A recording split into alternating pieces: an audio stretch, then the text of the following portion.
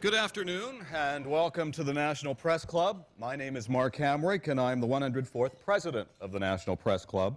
We are the world's leading professional organization for journalists, committed to our profession's future through our programming, events such as this, while working to foster a free press worldwide. For more information about the National Press Club, please visit our website at www.press.org.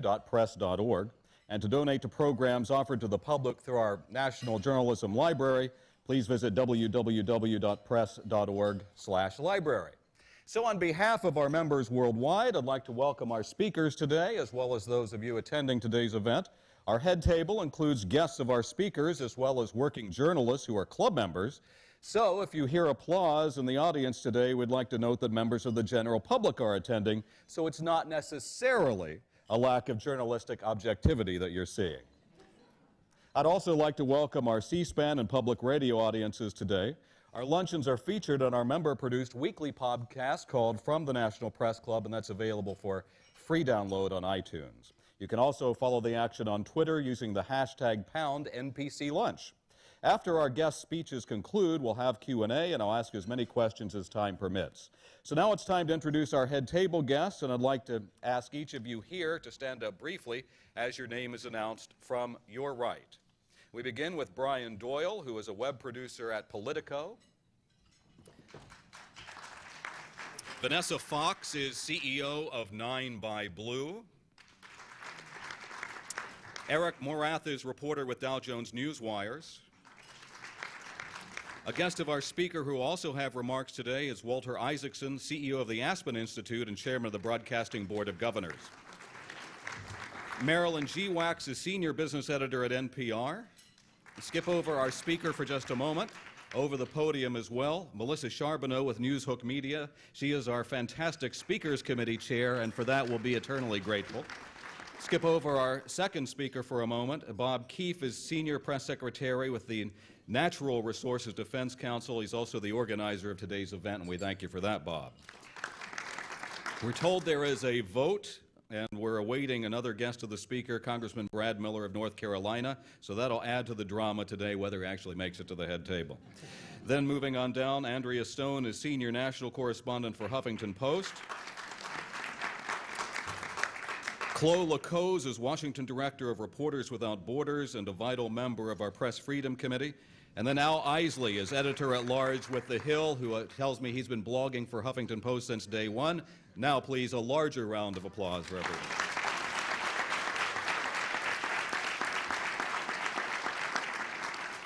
Well, if there were a king and queen of online journalism, our headline duo of guest speakers today could be considered candidates for members of the royal family. When Tim Armstrong and Arianna Huffington announced AOL's purchase of Huffington Post in February, it marked not just yet another reshaping of AOL, but a redefinition of the online news business.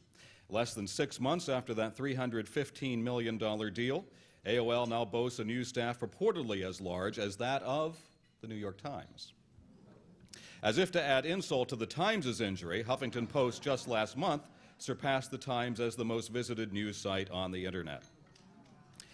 Just last week, HuffPo made its boldest attempt yet to export some of its success that it has had here overseas, opening a UK edition and becoming the newest addition to London's interesting journalism scene. Just as one of its oldest fixtures, the 168-year-old News of the World, was printing its final edition. And given all that's happening there, one can imagine there's an opportunity for a new player on the scene. Huffington Post is the biggest and most noticeable part of AOL's media empire, but it's not the only part. AOL's Patch division is a closely watched experiment in hyper-local citizen journalism today, while sites such as TechCrunch, AOL Energy, AOL Defense, and the planned AOL government news sites are helping to shape a new type of highly specialized journalism. All of this, of course, reshaping and redefining and restructuring has come with some anxiety. Along with hiring some of the biggest names in journalism and building out a large news staff, AOL has also had to let go more than 700 workers since its purchase and squelch the careers of some budding writers and editors. While it reportedly pays huge salaries to some of its top journalists, it also pays bloggers the opportunity of being online, and some of its contributors also get relatively low money. Huffington Post's tendency toward dramatic presentation while also sometimes blurring the lines between opinion and fact, has drawn some scorn from some traditional journalists. Let's get to our speakers now. As chairman and CEO of AOL, Tim Armstrong may be a new media mogul, but he got his start in an old-school style, running a newspaper. Fresh out of college, he and a friend started a tabloid called Bib in Boston in the early 90s that was aimed at new graduates entering the workplace. A few years later, Tim was tapped to take over and run another Boston paper called The Square Deal. Yet Tim realized the future, both his and that of media, during one day a visit to a computer lab at MIT, where researchers were working on the Mosaic web browser that would become the foundation for searching for content and then the then-fledgling internet. He had a realization, and he immediately began working on ways to build a major online news operation and sell advertising online, and he's now doing that. Prior to joining AOL, he served as president of America's operations for Google and also worked at Disney's ABC ESPN internet venture. Besides her namesake website, Arianna is perhaps best known for her sometimes sharply worded political, let's say, comments. She straddles the worlds of politics, media, and Hollywood like few others. And as if to prove wrong those who might try to define her for all time, she ran for governor of California as an independent, at one point teaming up with a Green Party candidate in an attempt to beat another out-of-the-box candidate, Arnold Schwarzenegger. She is the author of more than 13 books, including best-selling biographies of Pablo Picasso, opera star Maria Callas, some self-help books based on her own personal experiences, and political commentaries, the most recent of which is called Third World America, was published last year.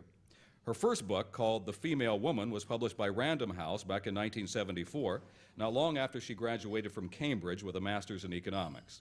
And, interestingly enough, she served as president of the university's famed debating society. Perhaps what is most intriguing is that her life so far, or what I might say, is that there may be more surprises in store down the line coming from Arianna. Finally, we have a special guest here who will help to put all of this in perspective, Walter Isaacson, the former chairman and CEO of CNN and managing editor of Time magazine, who cut his journalistic teeth at the Sunday Times of London and the Times-Picayune in New Orleans. He's also author of a number of books, including biographies of Albert Einstein, Benjamin Franklin, and Henry Kissinger. He currently serves as chairman of the Broadcasting Board of Governors, which runs the Voice of America and other broadcasting operations for the federal government. He's also president and CEO of the Aspen Institute, the nonpartisan public policy organization. And I thought I had trouble balancing two jobs. So we're looking forward to hearing from all these individuals before we get to Q&A at roughly the bottom of the hour. And Tim, you'll lead us off.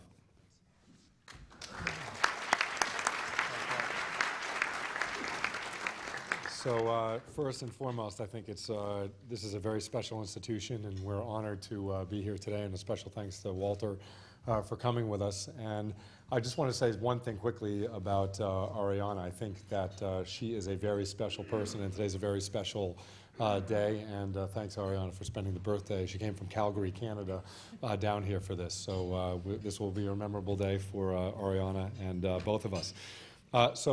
Generally, whenever I follow Ted Leonsis doing something, I usually have to do a tremendous amount of cleanup.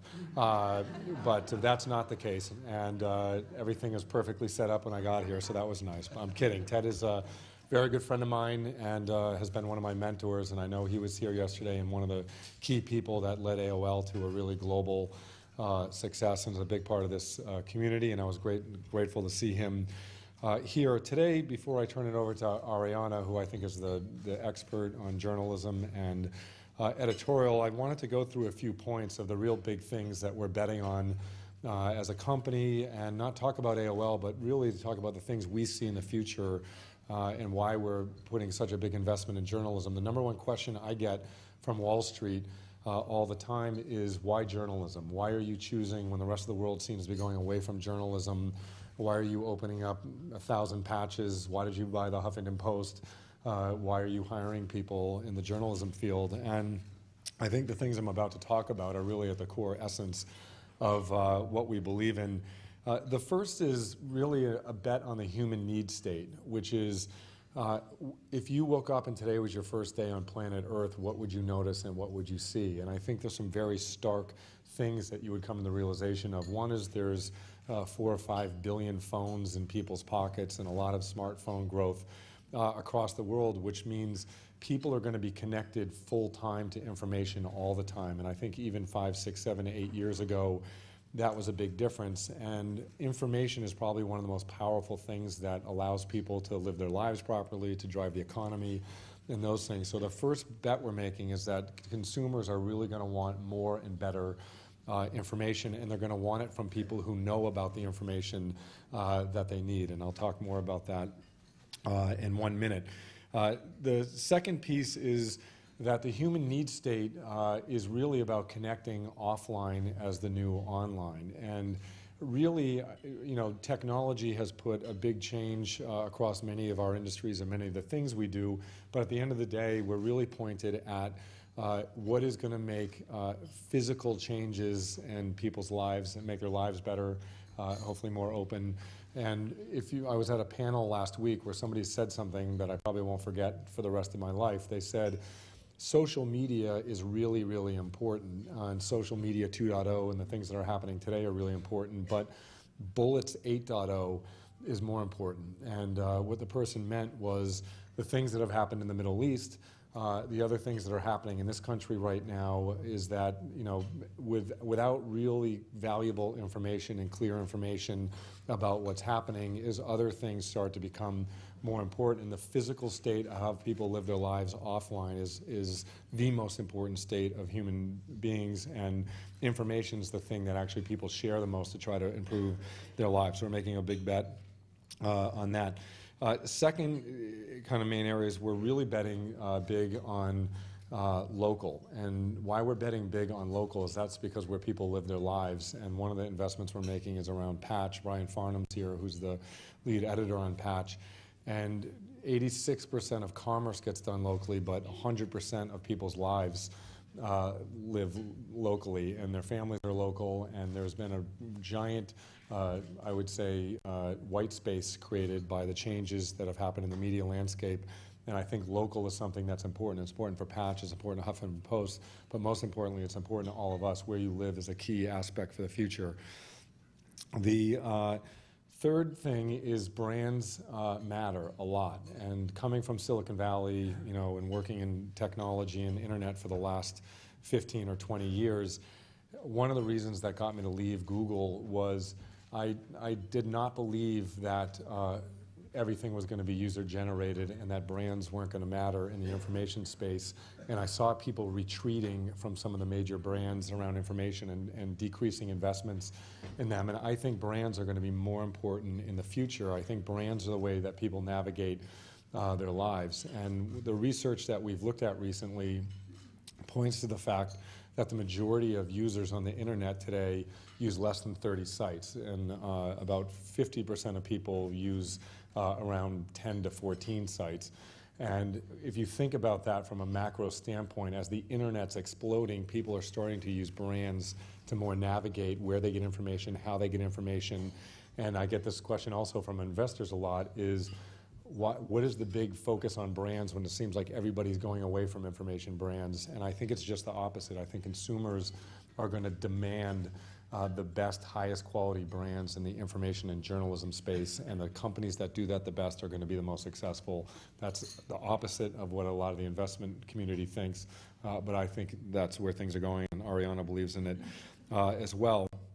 And I just wanted to close with a few important points about the future of journalism from where we sit in our chairs. One is that journalists need technology, and I think there is a big fear from the journalism community around technology, and I think it's incorrect. And we have a bunch of investments we've made as a company in technology, and I think if you look at where the journalists sit versus all the other people in the media food chain, everybody else in that food chain has scaled desktops and technologies and data. Vanessa, who I used to work with at Google, we were just talking about this earlier. Journalists need to understand technology and how technology can help them do a better job, and we need journalist desktops as an industry, and I think that's one of the things that we're working on. The second bullet point for the future is transparency. And one of the experiments we did at Patch when we founded Patch was to have all of the journalists put up their transparency of what they believed who they voted for, what religion they are, and those things. And I think in the journalism space right now, there's a lot of stories looking for data. And I think one of the things that comes from is that people aren't transparent about what they believe in before they write things, and that's something that we would like to see in the future, is more transparency around journalists and what they believe in before stories get written. That may be controversial, but that is something that we've talked to consumers about and they like. And then the business models going forward. There's a giant debate about all the business models in the content space. And I think the business models in the content space in the long haul are probably going to look like the current business models in the content space, where free is going to be very, very big. There's room for paid, which will probably be big. And I think as an industry, that debate is important, but what's more important than the business model is what we deliver. What is the product we put out every day? And I think a maniacal focus on the product of journalism is really important in defining what that journalism is. What is journalism to 4 billion people with smartphones? When you get up in the morning and we get up in the morning, do we think about creating journalism for that space, or do we think about it in the way we used to think about it? I think that's a really important piece. And I would just finally end by a lot of journalists ask us also, why are you investing in journalism? Like they've lost self-confidence in what journalism is. And I always say one thing to people is a journalist is not a single entity. A journalist is a network.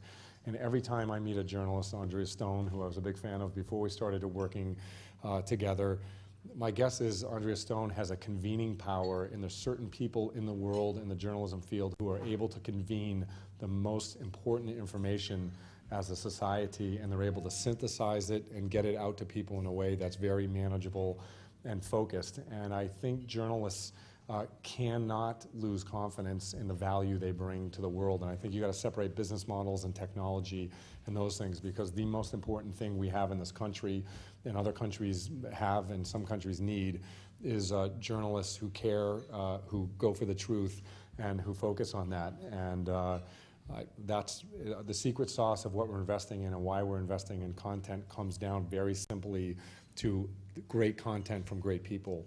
And I want to turn it over to Arianna. It's a pleasure to be here, and I'll look forward to hearing comments and questions as we move forward. Thank you.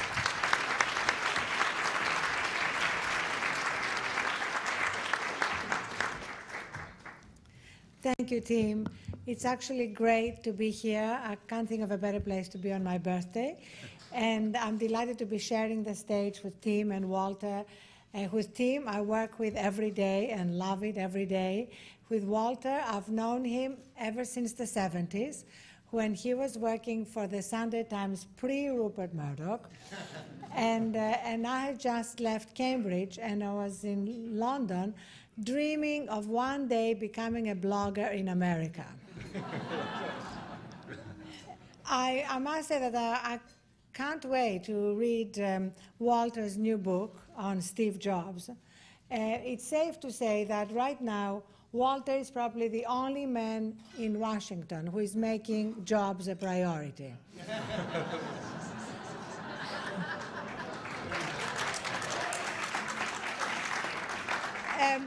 I also loved his other biography on Henry Kissinger, partly because Henry Kissinger was the first man to reassure me when I moved to New York that having an accent was not a problem.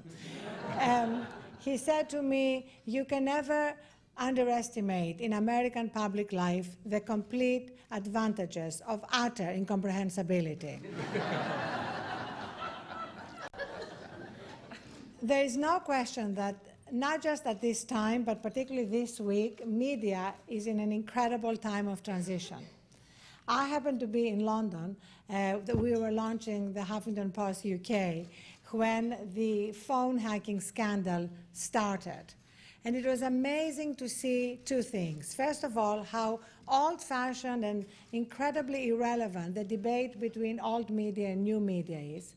There was an institution of old media, 168 years old paper, not an upstart blogger who did not have enough supervision, but an incredible institution of the British press that was acting in ways that would have been utterly disgusting in coming from anywhere in the media universe. And it was new media that played a huge part in bringing the news of the world down so fast.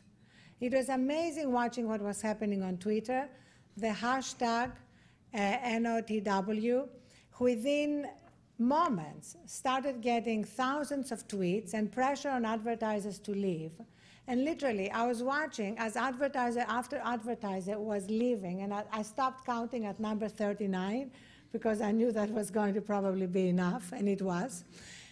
And at the same time, to see that that story was broken by another major, almost 200-year-old institution, The Guardian. And it was broken at a time when The Guardian had announced that it was going to embrace a digital-first strategy. This was an old institution that had completely embraced new media, and indeed broke the story by doing what new media does best, which is obsessively staying on a story. This story is years old. Most publications had moved on. Most politicians had moved on. But the unique ability of new media is to stay on a story and doggedly stay on a story until we have an impact, until we break through. And that's what The Guardian did, demonstrating what I've always believed, which is that the future belongs to those who bring together the best of old media, fact-checking, accuracy, transparency, and the best of new media, which is interactivity, engagement with our readers, and real-time provision of information. That was all demonstrated over the last week, and the story is still unfolding. One more thing that was demonstrated was that social media are about accountability. The reason ultimately why Rupert Murdoch had to withdraw his bid for the British Sky Broadcasting is because the entire parliament and all three leaders of major parties urged him to do so. Now, they did not urge him to do so because they suddenly had an epiphany about News Corp. They urged him to do so because of the pressure they were getting from social media in their constituencies and everywhere. So all that happened so fast, which is the other thing. Everything is accelerated in the brave new world of media. And this is really why I'm so excited about the fact that social media, new media, are all about engagement. Tim mentioned Patch, and I was in love with Patch even before I became part of the Arianna Huffington Post Media Group. And Patch is really about hyperlocal. We are now in almost 850 towns all across America. We launched 33 patches in primary states to be able to cover even more obsessively the 2012 election. And together with Patch, we launched a citizen journalism initiative last week.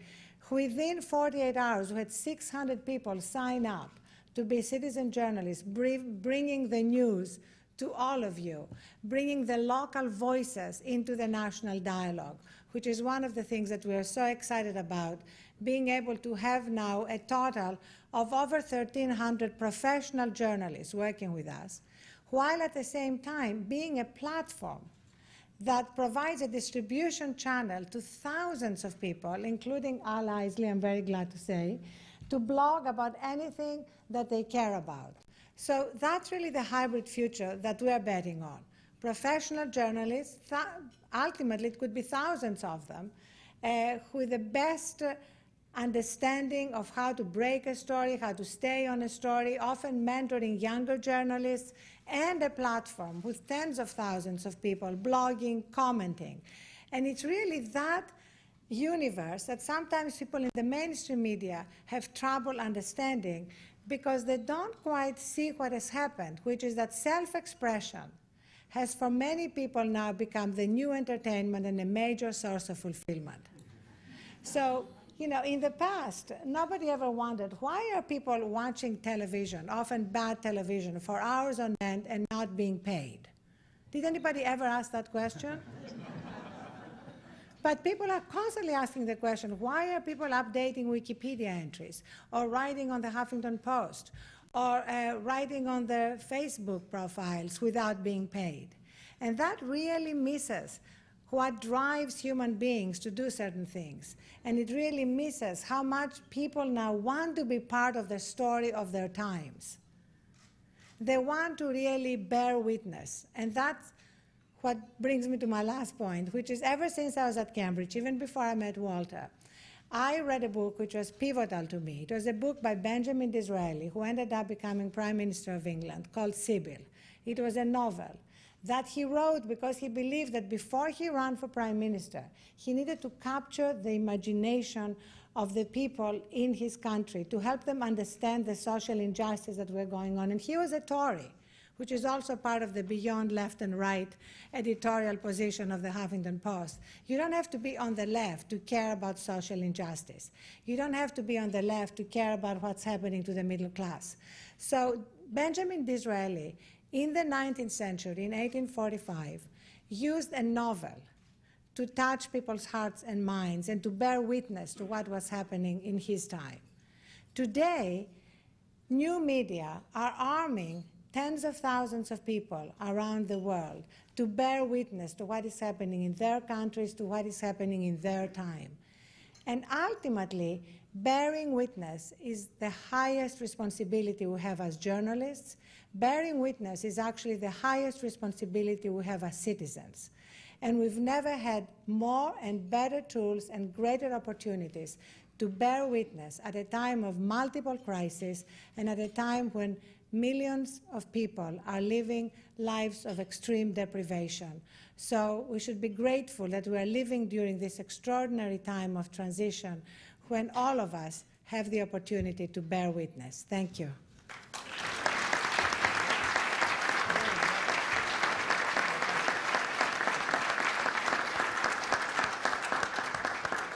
Thank you very much. I was wondering why I was chosen to put in perspective, as I was told, Arianna. And then I realized I've written about Ben Franklin, Albert Einstein, and now Steve Jobs. And I guess that's the perspective we should view Arianna in that pantheon. One of the things about the hybrid of old media and new media that I think we have to remember is that old media isn't really that old. It's only about 60, 70 years old in this country. At the beginning of this country, there was a social, vibrant media in which there wasn't some mainstream publication. When Ben Franklin arrived in Philadelphia as a 17-year-old runaway, there were 11 newspapers, one for each faction, be it the Anglicans or the Proprietors or the Quakers or the different groups, and he started the 12th, representing the Market Street middle class. And he also relied on contributions, social media. People for his paper were basically writing, as Arianna said, because they wanted to bear witness to the struggle that was happening in the 1700s in America. They also occasionally, as on the internet, wrote anonymously. Ben Franklin famously used the pseudonym Silence Dogood. But as they were doing it, they had a hybrid, as Arianna and Tim have created at AOL and the Huffington Post, of the values of journalism that were then emerging, as well as the value of social media and contributing and being part of a broadsheet that would come out each day. So they would slip sometimes their contributions under the door anonymously, but others were reporters and had big names.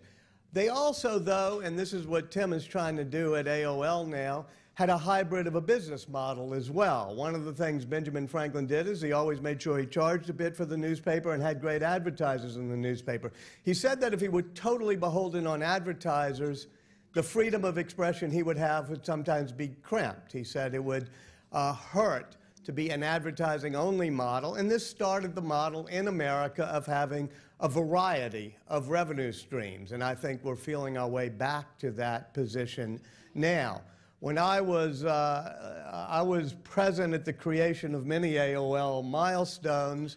I was at Time magazine when, in the early 1990s, AOL was coming up and just getting started. It was the 5th largest service at the time, behind those of us who are old enough to remember Prodigy and Delphi and CompuServe and many others.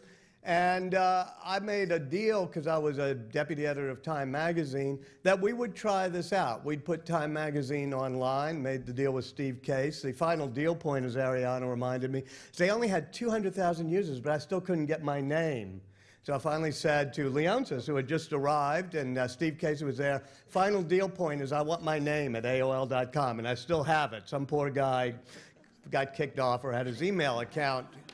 It's now directly sent to Rupert Murdoch or whatever his email account is. But part of that arrangement that we made was great for Time Magazine because, as I said, for 60 years there had been this monopoly type of mainstream media where information was handed down as if on tablets. It happened because of the rise of the broadcast media, where any 17-year-old could start a press in Philadelphia, but it was hard to start a TV network or even a radio network. And metropolitan newspapers, for a variety of economic reasons we won't go into, consolidated, so there would generally be just one or two newspapers. So it became a mainstream, and people in the media handed down the words as if they were engraved and never got much feedback. The most interesting thing that happened when we went on AOL was in the early 1990s, the feedback, the discussion, the challenging, the correcting of our facts, the people who added information, and that whole wonderful bulletin board culture it was called back then. But the other thing we had back then was the deal we made, which is when you went on AOL in the early 1990s, you paid a certain amount per hour. I can't remember exactly what it was, but you were charged by the hour for being on, and AOL was in competition with 5 or 6 other major internet service providers, so they wanted to have our content, and they would pay us for the amount people stayed online. If we kept people's eyeballs stuck to AOL for another hour, we got a percentage of that revenue. It was a small thing, but it was a dual revenue model that worked. That was undermined when the web came along and everybody could basically put up all their content on the web. Many people started creating things, and the internet service providers realized, not AOL, but the people who were then getting you online to go to the web service, that it didn't make any difference to them whether they paid the content creators at all, because they would get more money if all the content were out there for free and you were paying your phone company or your cable company to get you online. That was all right because we started Pathfinder, Time.com. We moved away from AOL and CompuServe and others to be online for free. And we thought eventually we'd start charging, but people from Madison Avenue came with large baskets of money to say, oh, we want those banner ads, and so we kept it for free. The problem is that business model is not totally sustainable in the long run. You need the hybrid business model that we've heard a little bit about today, where most stuff is free, but if you want a special type of information, it'll be good to find some way to have consumer revenues instead of having it be advertising only. When I was down in New Orleans after the storm and we were trying to rebuild, we tried to get everybody involved in social media, but what it was that people in the wealthier neighborhoods and the Home Depots wanted a certain set of eyeballs, but in the poorer neighborhoods it was a little bit harder to get people to blog or write about which houses needed rebuilding and what the services were. And they kept saying to us, excuse me, you want us to do this for free? And, you know, so that tension that Arianna mentioned, that some people love to do this because they're part of the conversation, but I do believe that we have to develop in the future some sort of hybrid model. I'll end by saying at the Broadcasting Board of Governors, which runs Voice of America, Radio Free Europe, whatever, we look back to over 60 years in which authoritarian regimes controlled their people by controlling the free flow of information. Radio Free Europe was invented to break through the censorship. So was Voice of America. We just had a meeting yesterday of all of our boards and all of our entities, and we have a new strategic plan in which we are shifting large amounts of our resources into social media, into breaking down the firewalls in Iran, China, and other places, so that many people around the world can have the same freedoms we have in this country. Freedoms to post their thoughts, share information, and accelerate the free flow of ideas. And if you look, this is truly a noble cause. Whether or not we figure out the business model this decade or next decade, the move towards digital media and more people having access and less control and fewer gatekeepers, as we had for the past 60 years, is a great thing, whether it's in Iran or even the United States. And if you look at the long arc of history, from Gutenberg to Arianna Huffington. The free flow of information and ideas has always tended to bend the arc of history towards democracy and towards freedom. And you're seeing that with the tweeting that's coming out of Tahrir Square. You're seeing it with the bloggers throughout the Middle East. You're seeing that by the fact that in Iran, it's the 5th largest per capita user of the internet. And in the end, people who cannot control the flow of information will not be able to control their people. In 1989, covered the fall of the Berlin Wall. I was in a hotel in Bratislava, and one of the people working there is where they put foreigners said, can you open up your room in the afternoon so the kids come in, because it's the only place they can see outside satellite TV, and they like watching music videos. I said, sure, and I came home early and met some of the students who were using the room to watch, but they weren't watching the music videos. They were watching what was happening in the Gdańsk shipyard. And more recently, I was in Kashgar well, it wasn't that recently, it was about 10 years ago, because it was on a news tour we did in which Jerry Levin and Steve Case started talking about merging AOL and Time Warner. But I was watching in the internet cafes in these tiny parts of China how people were using the internet. I'd go up to them and type in AOL.com or CNN.com or Time.com and be blocked. And one of them elbowed me aside and said, phew, and CNN pops up and Time pops up. I said, what'd you do? We know how to go through proxy servers in Hong Kong that the censors are clueless about. Anyway, this is what you're watching in America as new people get to be part of the discourse and around the world. And that's why I want to congratulate Arianna and Tim. Thank you. I'll invite Arianna and Tim to come back to the podium now. Arianna and Tim, if you might come up to the podium. I'm mic'd separately, so I have the ability to dance up and down the stage here. And continuing that analogy with Benjamin Franklin, he didn't exactly set the bar too high. Now you need only make a scientific discovery on par with that of electricity and found a democracy that could be sustained for more than 200 years. So we'll begin with questions that we've had either given to us over the internet or from our audience here today. And the first question is, and you two can kind of decide amongst yourselves because many of these I think are appropriate to both of you, related to the Murdoch scandal and journalism practices, and I actually think this question stands alone without that, but it says, how does the Huffington Post, and by extension the entire AOL media landscape, draw the line between the interest of the public and the public interest? The interest of the public. Well, I suppose what the questioner means here is the fact that the public is interested in highbrow and lowbrow things. The fact that, as we're finding, the public wants to click on stories about Lindsay Lohan and Charlie Sheen, which you may obviously conclude are not entirely in the public interest, but they are in the interest of the public. And we are sort of unabashedly both highbrow and lowbrow. We basically feel that that's human nature. And in fact, we discovered when we made a deal with Facebook that would make it possible for our readers to be able to see what their friends were reading and what their friends were commenting on, that they often did not like their friends to know that they were clicking on Lindsay Lohan and Charlie Sheen. So we had to actually add a stealth button so that people could go and click on the stories while their friends assume they're only clicking on stories about Kierkegaard. Tim, do you want to pick up on that? I think we'll leave it at that. Okay. Well, let me ask you to refine that answer a little bit to the extent that how much of the highbrow stuff is right, and where do you cut the line off at the bottom on the lowbrow stuff? Oh, when you say right, you mean... In other words, what's the mix that's ideal for your property? We feel that the mix at the moment, if you go on any of our sections, and we now have in the combined AOL Huffington Post media universe over 50 different sites that cover everything, from politics to books, style, entertainment, celebrity. This week alone, we launched 3 new sections, HuffPost Celebrity, HuffPost San Francisco. We're doing a lot of regional sites that are working closely with our patches. Around San Francisco, for example, we have 24 patches, so stories can surface from the hyper-local level to the regional level and then to the national level.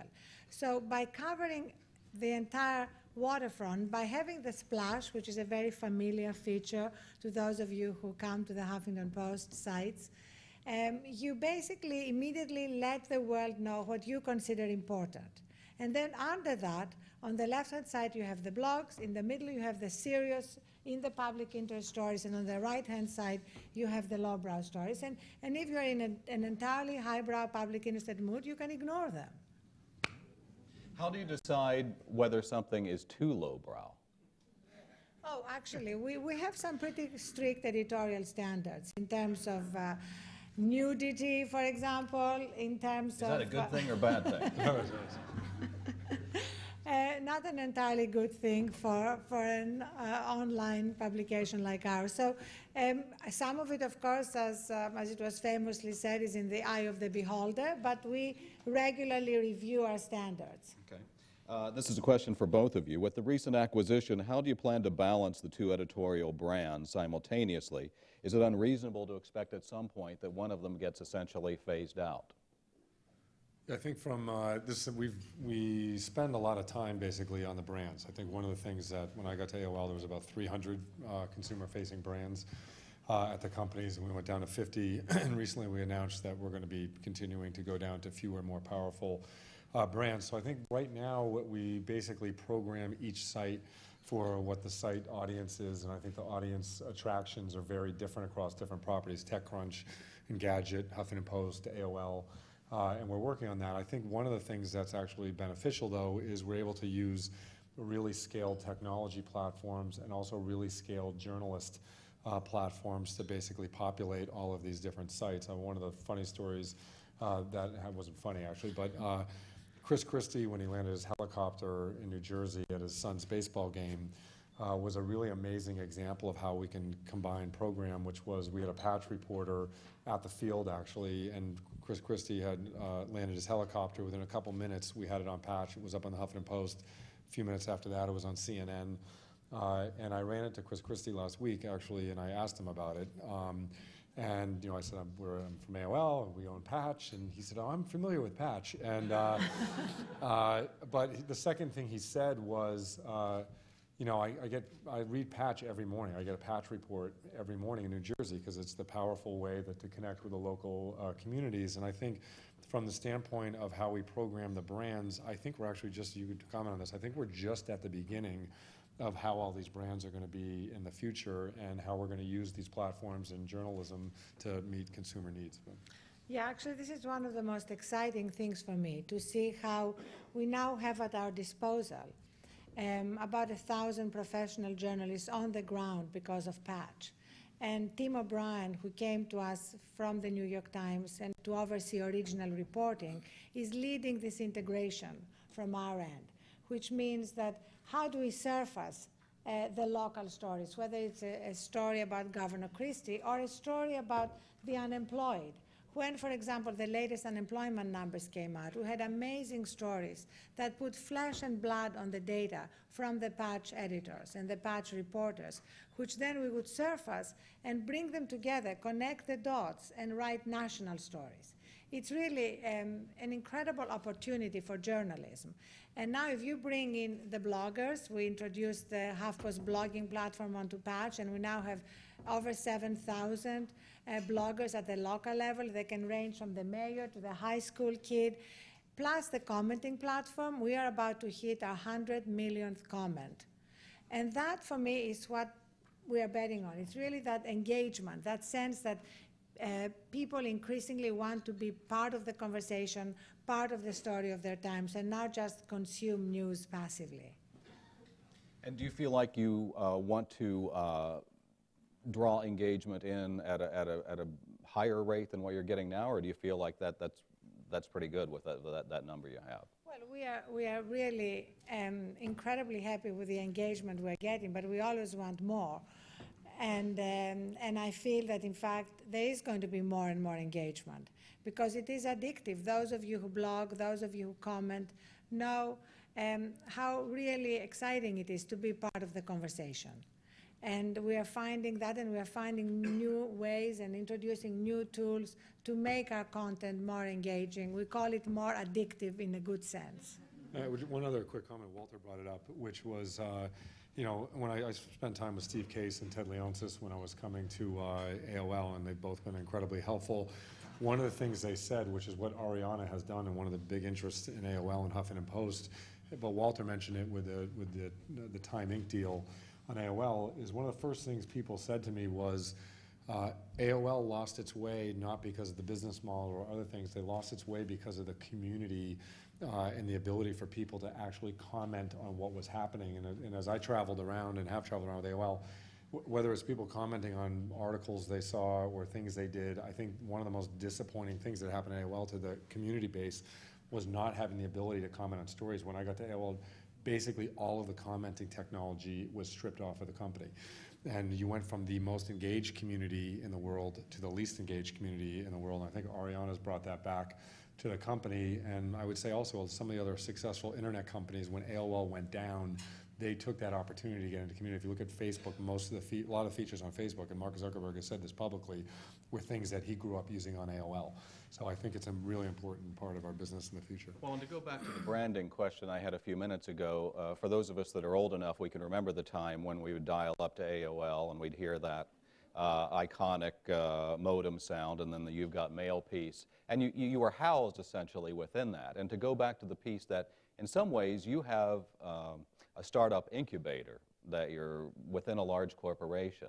Is it important for the user to know that Engadget is part of AOL.com, and how do you intend to leverage that? Yeah, so I just to be transparent about it. We did a brand study last year, and this will lead back to the Huffington Post also, but AOL, most major brands in the world have 3 attributes. If you look at any of the big brands, usually have 3. AOL only has 2 at this point, and the 2 attributes are trust and brand awareness. And when the brand people came back to us after they did the brand study, they said, we've never seen anything like this before. You have over 90, about 95% trust with consumers, and you have 95+% awareness with consumers, and you have no other attribute.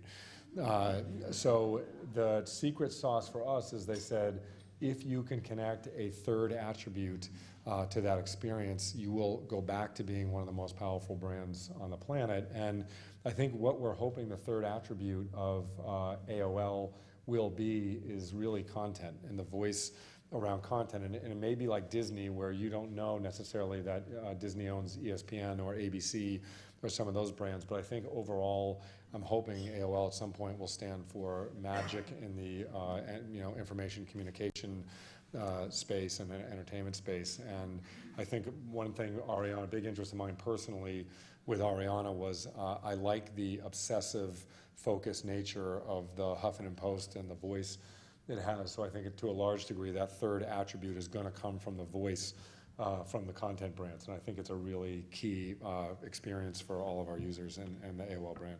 In fact, you know, that's how my conversations with Tim before the acquisition started, because I remember listening to Tim at a quadrangle conference in New York, making this point about trust, brand awareness, and now identity. And the next day, he and I met and talked for hours, and that began the conversation that went on for a couple of months until Tim emailed me. No conversation about buying the Huffington Post, just conversation about what mattered in the space that we're occupying, what would be the future of media, et cetera, and it was amazing how his vision for what he wanted to do and my vision for what I wanted to do with the Huffington Post were unbelievably aligned. And then just after Christmas, I had an email from him saying, I'd like to come out to LA and meet with you and discuss something. And I invited him to lunch, and then he emailed me and he said, can I bring our CFO? And I said, yes. Is there anything you don't eat? Our CFO likes lunch a lot. He said, yes, he didn't eat mushrooms, so there were no mushrooms. And before we even started eating, he said to me, I want to buy the Huffington Post and bring the Huffington Post and AOL content together. And it all happened unbelievably fast. And for those of you who maybe read the story of our announcement, we closed the deal at the Super Bowl. At halftime. At halftime. Literally at the Super Bowl at halftime. And no mushrooms, I hope. By the way, this is another first. So we had Arianna's first Super Bowl together. We had corporate video conferencing. We did Arianna's first corporate video conference. We did Arianna's first analyst call. And today is the first day we're having a birthday together. So I think it's kind of a special moment. So I want to talk about something, you're here at the National Press Club, and we're extremely grateful that you came here today. A lot of members sort of came to me before this event and wanted me to sort of ask the question about the value of a professional journalist versus the one who essentially participates for no financial benefit to them. How do you balance that? How do you decide where the value comes from having a professional? And for those who, like me, are professional journalists who worry that the people who can work for free might push them aside, are you okay with that? Or how do you preserve the added value that only we'd like to think a professional can bring to the table? Well, as I said earlier, we are very committed to professional journalists. We have over 1,300 of them on the payroll. That's an indication of our commitment. Since the merger, we have added over 160 professional journalists to the team. So the fact that we are a very robust journalistic enterprise does not in any way mitigate the fact that we are also a platform that is simply a distribution mechanism for people who have something to say to be able to use it. Some of them are journalists cross-posting what they're already posting on their own personal blogs. Many of them have nothing to do with journalism. I would say the majority of them. They are politicians, they're people who've just written a book and they want to publicize it. They're high school kids who have a very robust college section in partnership with over 100 colleges. We have many academics, we have many students, and we have actors, we have every possible profession you can imagine represented. Well, I would like to invite all of you here to blog. I mean, Tim has a quota of bloggers he's supposed to bring in to us because we love having people's voices whenever they want, for as long as they want. If you decide to blog for us, nobody's going to bug you and ask you, why didn't you blog again? We have here some of our star reporters. I see Sam Stein, our White House correspondent, who had an interesting conversation with the president the other day. Josh Hirsch, John Ward, Andrea Stone here. We have an incredible team of professional journalists. And that is in tandem with our platform. And we kind of unapologetically love both.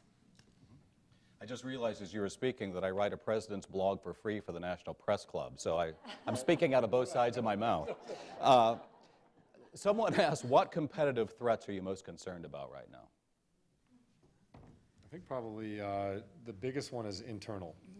And I don't mean that from we're having issues internally. I mean that from, I don't think anyone's putting as big an investment in the areas we're investing in right now, and I think it's our opportunity to lose. And I think when we take a step back and look at the competitive landscape just at a high level, you have Silicon Valley in an absolute war with each other, and data getting more commoditized. And I think the future of that war is going to be about content.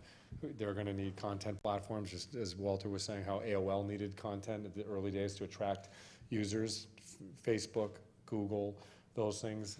The secondary underlying thing under that war, which I don't think has been appreciated enough, is Google's Panda release of their index focused very heavily on real-time and quality. And I think you're going to start to see, as Google has done a focus on quality and real time, it's going to force all the other platforms to do that. So we believe by having very premium brands and quality content, we will grow there. And I think the second piece of competition is instead of focused on each other media properties, is that human needs state, which is how do we fulfill real needs for real people with real content every day. And I'll give you one thing that keeps me awake at night right now is the phone in my pocket. I used to be connected to journalists and content once a day or twice a day, and then with the internet multiple times a day. My relationship with journalists that I follow, not just on our properties, but other properties, I'm with them all day, and they're with me all day. And I just, from a competitive landscape, if you can be the person who's connected with somebody all day and be next to them all day, I think that's the real significant opportunity. And Tim, would you just reaffirm that for my wife when I'm on the laptop at 11 p.m. at night? Yes. Thank Every you. time Mark is on his BlackBerry, he has a relationship with somebody. Not that type of relationship. Yes. He has an information relationship. No, I agree with everything Tim said, except the part about him being kept awake at night, because we have a major commitment, editorial commitment to sleep. You know, this is really one of the things that we write about constantly. One of the first things I did when I moved into the AOL 5th floor and created a fabulous newsroom there, I want to invite you to come and visit us, is install 2 nap rooms. And because we own MapQuest, we call them NapQuest 1 and NapQuest 2. And the point is actually editorially, the way we cover obsessively the questions of life-work balance, the questions of being able to get enough sleep, being able to take care of yourself is very, very important right now. At the Aspen Institute this summer, Walter had a fantastic track around the pursuit of happiness. You know, what is happiness?